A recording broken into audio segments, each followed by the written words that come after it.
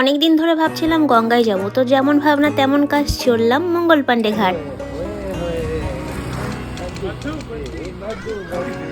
আমাদের বাড়ির সব থেকে কাছাকাছি গঙ্গার ঘাট কিন্তু এটাই, মঙ্গল পান্ডে ঘাট। গঙ্গার একদম ঘাটের সামনেই কিন্তু একটা বড় মন্দির রয়েছে, যে মন্দিরে বিভিন্ন অনুষ্ঠানে পুজো হয়, খুব ভিড় হয় এবং খুব সুন্দর মন্দিরটাও। গঙ্গা নিয়ে আলাদা করে তোমাদের আর কিছুই বলার নেই, তোমরা সবাই জানো গঙ্গা কতটা সুন্দর হয় এবং পরন্ত একটা বিকেলে সবাই বসে এখানে সময় কাটাচ্ছে, আর সাথে রয়েছে জলের ঢেউয়ের আওয়াজ।